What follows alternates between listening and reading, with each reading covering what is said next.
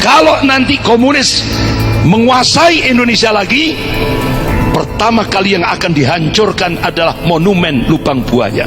Pertanyaan saya, Pak, kepada bapak-bapak, ibu-ibu semuanya, pernahkah Sinta Miranda ini ditangkap oleh aparat? Tidak pernah. Pernahkah Dr. Ripka Ciptaning ketika mengatakan, bahkan bikin buku, aku bangga jadi anak PKI, bikin buku lagi, anak PKI masuk parlemen, bahkan jadi ketua komisi 9 DPR pusat, ketika dia mengatakan bahwa 15 juta kader komunis Indonesia akan bangkit, pernahkah dia ditangkap oleh aparat? Tidak pernah. Karena mereka sudah berkuasa sekarang ini. Bapak-bapak, ibu yang dirahmati Allah, akhirnya pasca peristiwa G30 SPKI, ABRI dan umat Islam bersatu melawan komunis. Jadi saya di Malang punya pengajian rutin di markas Angkatan Darat. Jadi jamaah saya banyak prajurit sampai perwira. Makanya ketika ada reuni jenderal-jenderal Angkatan Darat di Malang, saya diminta untuk menyampaikan, mempresentasikan tentang pergerakan Syiah. Jadi TNI menyatakan, Mbak, ini jenderal-jenderal itu. Jadi benar-benar Syiah dan komunis di Indonesia itu sekarang sudah jadi satu, Mbak. Bahkan sudah masuk pemerintahan. Ini makanya ini kewaspadaan umat harusnya. Jadi kalau ini melawan lupa, kita harus ingat sejarah. Kalau kita melupakan sejarah, kita akan digilas oleh sejarah itu sendiri. Jadi detik-detik bergeraknya pasukan Cakrabirawa menembus gelap malam di Jakarta di bawah komando Letkol Untung dan Sam Kamaruzzaman, dan sepengetahuan, tentunya sepengetahuan DNID. Bermula pertemuan di Sungai Angsa Cina antara DNID dengan Mao Zedong tanggal 4 Agustus 1965. DNID ragu menghadapi jenderal-jenderal Angkatan Darat. Akhirnya Mao Zedong berkata di depan DNID, saya sudah membunuh lebih dari 200 orang jenderal untuk revolusi kebudayaan 1949. Hal inilah yang memantapkan hati DNID untuk melakukan pembersihan para dewan jenderal di bawah komando Dewan Revolusi. Jadi pemberontakan PKI Madiun tahun 48 Musso ini mentornya adalah Stalin, tokoh komunis di Uni Soviet. Pemberontakan PKI 65 di NID ini diarahkan oleh mentornya adalah maestro komunis Cina Mao Zedong.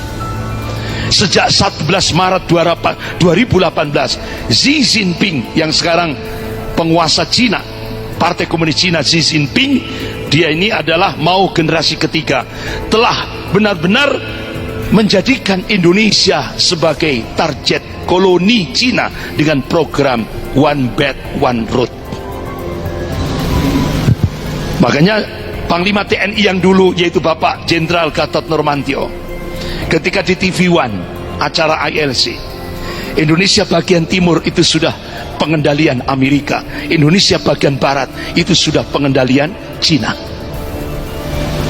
dengan program One Belt One Road. Ini bapak-bapak, ibu yang dirahmati Allah. Nah sekarang bagaimana pergerakan komunis sekarang di Indonesia, bapak-bapak, ibu yang dirahmati Allah? Jadi pergerakan strategi perjuangan PKI di Indonesia itu didukung oleh kelompok tua, kelompok elit, kelompok muda, dan Komisi Sentral PKI dengan dukungan lembaga-lembaga LSM dalam negeri dan luar negeri. Dan akhirnya perjuangan tokoh-tokoh PKI tua berhasil memperjuangkan undang-undang Komisi Kebenaran dan Rekonsiliasi.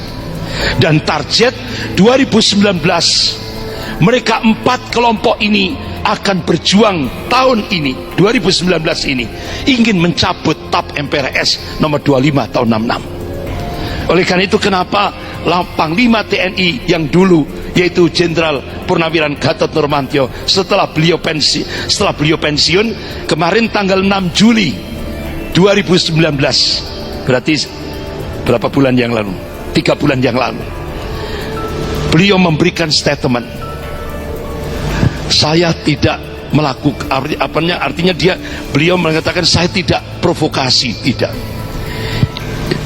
Pancasila ini mau diganti dengan ideologi komunis oleh kekuatan Cina yang sekarang mencengkeram Indonesia. Bahkan beliau sudah memberikan statement yang notok, sudah tidak ada kata-kata yang lain.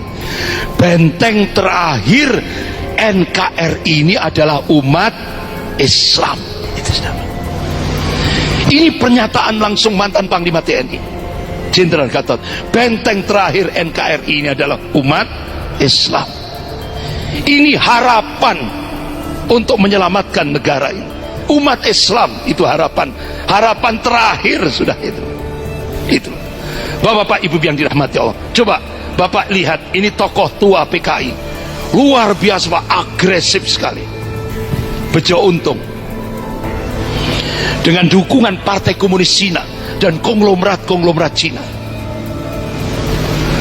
Bahkan dia sampai kemarin itu Bapak Ibu yang dirahmati Allah, bersama seorang guru doktor di Universitas Negeri Jakarta, dia sampai memberikan statement apa Pak? Ganti TNI itu dengan Menwa, ganti TNI itu dengan Pramuka. Ini kan pelecehan Pak. Sudah berani seperti itu. Pertanyaannya, apakah dia ini bersama seorang doktor di Universitas Negeri Jakarta ditangkap oleh aparat? Tidak. Ini kan pelecehan Pak. Sampai akhirnya ketika saya memberikan pengajian di Markas Angkatan Darat di Rampal, saya tanya, apa respon TNI? Apa jawabannya Pak? Ustadz, kalau kami melakukan perlawanan terhadap mereka ini, hari ini juga kami dipecat, kata. Astagfirullah. Ini akhirnya TNI waktu itu saya dapat dari Korem, hanya menghadapi orang-orang ini hanya memberikan video saja, bantahan. Jadi dia minta TNI ganti Pramuka saja, TNI ganti Menwa saja. Jadi benar-benar TNI dilemahkan. Bapak-bapak Ibu yang dirahmati Allah, coba Pak, ini Pak yang pakai kacamata ini Bejo Untung, ini kader-kadernya Bejo Untung. Coba, ini simbol PKI yang baru. Ini Pak kodenya. Jadi kodenya seperti ini. Ini kode PKI baru 6, 5. Coba Bapak Ibu lihat, perhatikan yang pakai kacamata ini. Sudah sampai ke istana.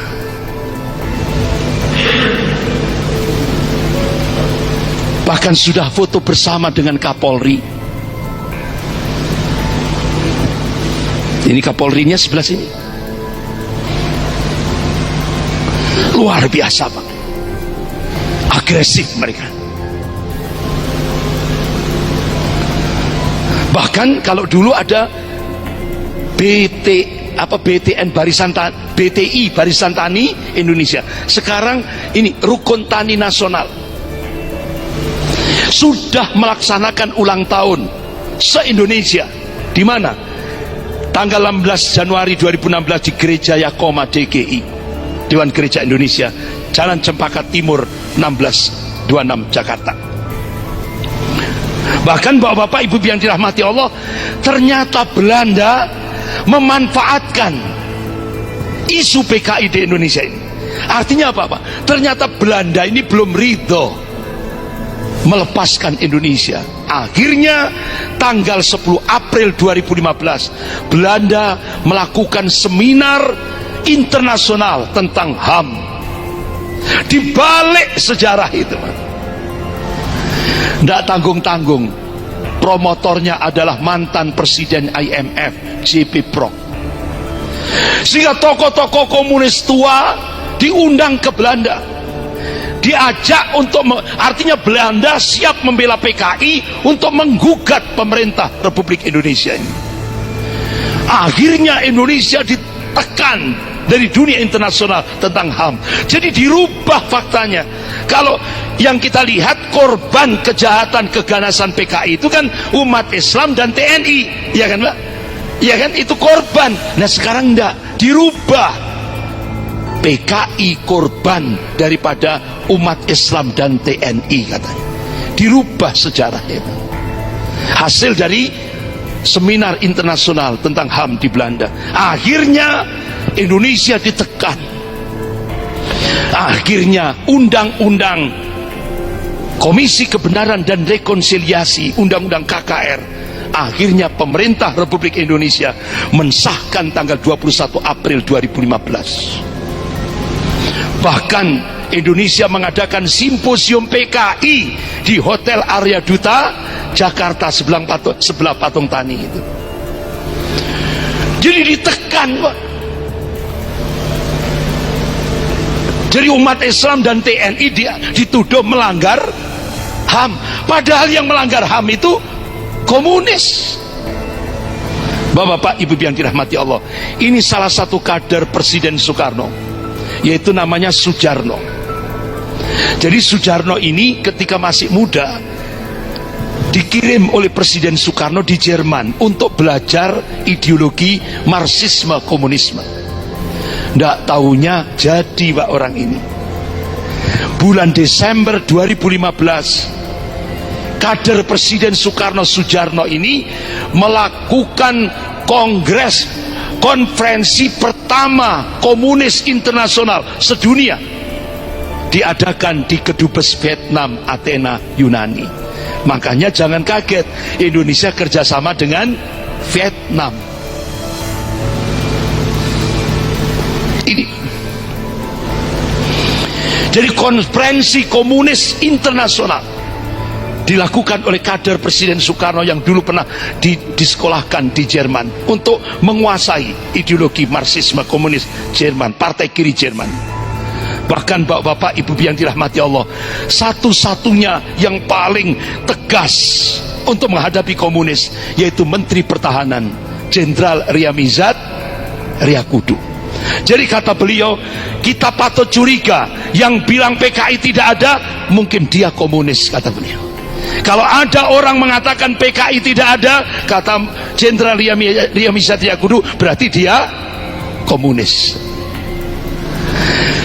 Cita-cita mendirikan negara komunis Indonesia 1926 gagal, 1948 gagal, 1965 gagal, 1998 hampir berhasil.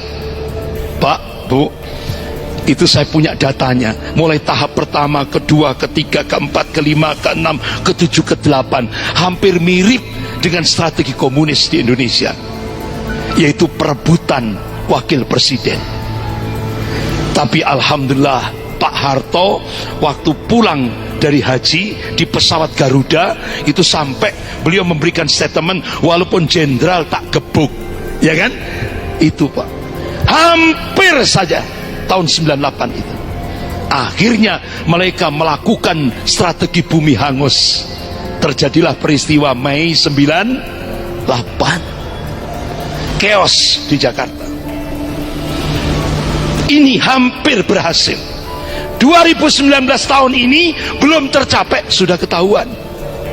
Bapak-bapak, ibu yang dirahmati Allah, kita baru tahu ternyata hasil Kongres Partai Komunis Cina tahun 1986 itu menyebutkan ada 3 hambatan Cina untuk menguasai Indonesia, untuk penetrasi Indonesia. Yang pertama, regulasi dan doktrin anti komunis, TAP MPRS nomor 25 tahun 66, kemudian Undang-Undang nomor 27 tahun 99.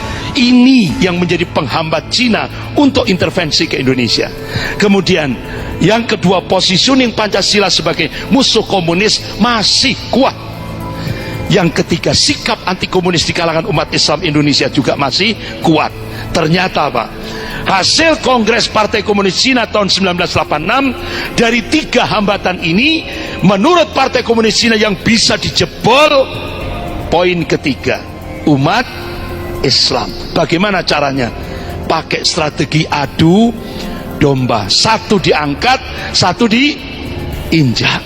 Bagaimana ngangkatnya? Pakai min amplopi bin fulus, Berapa pendanaannya Pak? 20 triliun. DP-nya 1,5 triliun. Diadu domba umat Islam ini. Makanya MH Ainun Najib dari Jombang berteriak, wahai umat Islam Indonesia, hati-hati, hati-hati, kita mau diadu domba antar sesama kaum muslimin. Kemudian yang diinjak pakai strategi apa?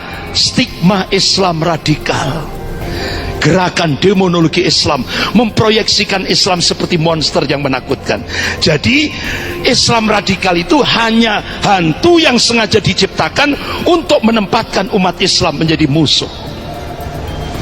Sampai Direktur Deradikalisasi Profesor Irfan Idris menyatakan, kalau kita punya anak kandung, anak kita sendiri, kita ajari ngaji, kita ajari sholat, masuk kategori Islam radikal.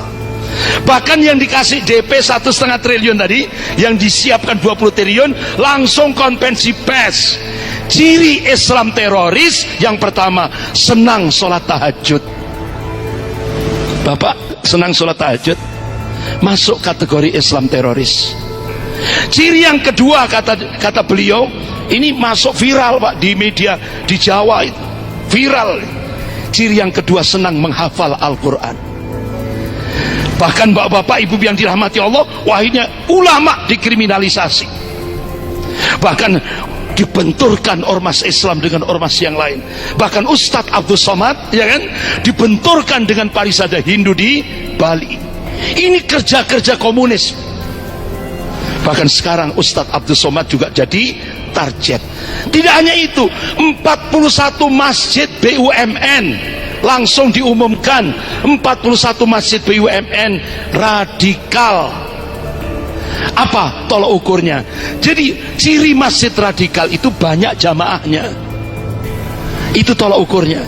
Sehingga 41 masjid BUMN itu kan makmur Pak, masjid-masjid BUMN di Jakarta itu langsung masuk dikategorikan, langsung diumumkan 41 masjid BUMN radikal. Jadi ciri masjid yang the best menurut mereka itu kalau imam makmum cuma 2 orang, itu ciri masjid yang the best. Makanya ada program volume adzan harus dikecilkan. Itu tahap pertama. Habis itu tahap kedua, jamaah harus dikurangi.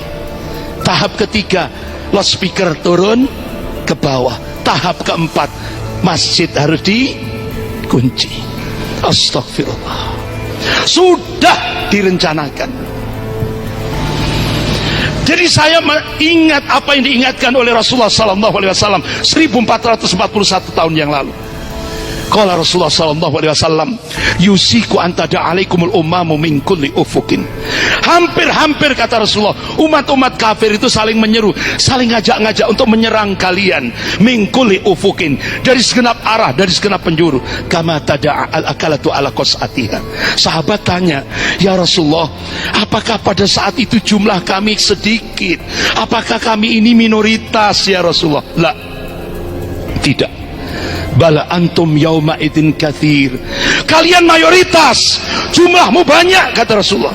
Walakinnakum kutha'un ka kutha'it tair. Tapi kualitasmu seperti buih. Kualitas buih itu kan tidak punya prinsip, tidak punya jati diri, mudah diumbang-ambingkan. Nah, Al-Imam Ibnu Hajar Al-Asqalani rahimahullah, beliau ulama hadis, ulama ahlus sunnah wal jamaah, ketika menafsirkan hadis ini bukan justifikasi, bukan pembenaran, tapi hadis ini warning, peringatan dari Rasulullah, jangan sampai umat Islam itu kualitasnya seperti buih. Nah, kalau umat Islam itu seperti kualitasnya seperti buih, Rasulullah mengabarkan, Allah min suduri aduwakum al-mahabbata minkum. Allah akan mencabut rasa takut dari hati orang-orang kafir itu. Kira-kira sudah terjadi tidak di Indonesia? Sudah. Walayakdifanallah fi qulubikum al-wahan, dan Allah akan mencampakkan al-wahan di dalam hati-hati kalian. Ya Rasulullah, wa mal wahan, apa yang dimaksud al-wahan? Qala hubbud dunya wa karahiyatul maut. Cinta dunia dan takut mati. Jadi kalau sudah penyakit terlalu cinta dunia, takut mati, takut resiko perjuangan, itu sudah menghinggap di hati-hati kaum muslimin, saat itulah Pak. Jadi kita itu, kata Rasulullah, seperti makanan ala qas'atiha, di atas mangkok kecil yang jadi rebutan orang-orang yang lapar. Ini sudah terjadi di Indonesia, peringatan Rasulullah ini. Nah, bapak-bapak, ibu-ibu yang dirahmati Allah, alhamdulillah, jenderal-jenderal purnawirawan angkatan darat dan tokoh-tokoh ulama kumpul di Jalan Keramat Raya 45, yaitu kantornya Bapak Muhammad Natsir, pencetus NKRI, yaitu dimotori oleh Letnan Jenderal Purnawirawan Kiki Sanagri. Akhirnya dibuatlah seminar simposium nasional tandingan di Balai Kartini, yang membuka, waktu itu saya dapat undangan lewat WhatsApp, tidak ada dari pemerintah, tidak taunya H-1 dari pemerintah hadir untuk membuka. Siapa? Jenderal Riyamizat Riyakudu membuka acara simposium tandingan, simposium nasional mengamankan Pancasila dari ideologi komunis, tanggal 1 sampai 2 Juni di Balai Kartini, Jakarta. Yang diminta untuk memberikan presentasi, yaitu yang pertama Pak Sayyidi Mansuryo Hadiprojo, Habib Muhammad Rizik Syihab, mantan Wakil Presiden Jenderal Purnawirawan Tri Sutrisno, ada Profesor Sri Edi Swasono, diminta untuk memberikan presentasi pada saat simposium nasional. Dan acara itu dibuka oleh Menteri Pertahanan dan Panglima TNI Jenderal Gatot Nurmantio. Ini, jadi ketika Habib Rizik memberikan presentasi, ada 30 indikasi kebangkitan PKI pasca 98. Itu jenderal-jenderal itu kaget. 30 indikasi itu nyata, fakta, diungkap oleh Habib Muhammad Rizik Syihab. Sebuah konspirasi antara mafia Taifan, apa mafia Taifan itu, 9 naga, dan Partai Komunis Cina. Ini sebuah konspirasi jahat yang ingin mencengkram Indonesia, dibongkar pada acara ini. Bahkan sampai ancamannya apa, Pak? Itu saya dapat info langsung dari TNI Angkatan Darat. Upaya pembunuhan terhadap Habib Muhammad Rizik Syihab itu 11 kali. Upaya beliau mau dibunuh sudah 11 kali perencanaannya, gagal. Terakhir pakai sniper. Kan beliau setelah sholat subuh berjamaah di masjid, pulang masuk rumah pribadi, mau dimasuk di, beliau berzikir dan baca kitab, ditembak Pak dari kejauhan pakai alat peredam. Alhamdulillah, qadarullah, meleset, pecah kacanya. Akhirnya beberapa tokoh-tokoh intelijen di Indonesia minta Habib Rizik dan keluarganya segera terbang ke Saudi Arabia sampai hari ini, karena beliau aset umat. Bapak-bapak, ibu-ibu yang dirahmati Allah. Nah, sekarang gagal mengkriminalisasi Habib Rizik, sekarang yang ditarget adalah Ustadz Abdus Somad, level kedua. Ini bapak-bapak, makanya saya ingat ketika Rasulullah, sahabat Rasulullah tanya, ya Rasulullah, siapa orang yang paling berat ujiannya ketika hidup di dunia? Kata Rasulullah, al-anbiya, para nabi. Setelah itu wahai Rasulullah, as-salihun, orang-orang soleh, ulama, Pak. Berat ujiannya, berat ujian. Setelah itu wahai Rasulullah, amthalu minan nas, di bawahnya, di bawah. Makanya Pak, bapak-bapak, ibu yang dirahmati Allah, insya Allah kita punya keyakinan, wa makarallah wallahu khairul makirin. Mereka membuat makar dan Allah membalas makar mereka, dan Allah itu sebaik-baik pembuat makar. Insya Allah Pak, kita yakin wa manasru illa min indillah, kemenangan itu datangnya dari Allah. Bahkan Allah tegaskan, wa kana haqqan alaina nasrul mu'minin, kewajiban kami, kata Allah, memenangkan, membela golongan mukmin. Insya Allah ini sebuah kepastian. Tapi insya Allah ketika kita dipanggil, ya ayyuhalladzina amanu in tansurullaha yansurkum wa yutsabbit aqdamakum, Jika kamu menolong agama Allah, pasti Allah akan menolong kamu. Wa yutsabbit aqdamakum, dan Allah akan menguatkan kedudukan kamu. Nah sekarang bagaimana? Bapak-bapak, ibu-ibu yang dirahmati Allah, apa yang bisa kita perbuat untuk Indonesia ini? Rasulullah memberikan arahan. Qala Rasulullah sallallahu alaihi wasallam, innama yansurullah fi hadhil ummah bidha'ifiha. Sesungguhnya Allah akan menurunkan pertolongan di tengah-tengah umat ini lewat orang-orang yang dhaif. Kenapa? Kata Rasulullah, di sana ada power, ada al-quwah, ada kekuatan. Kenapa?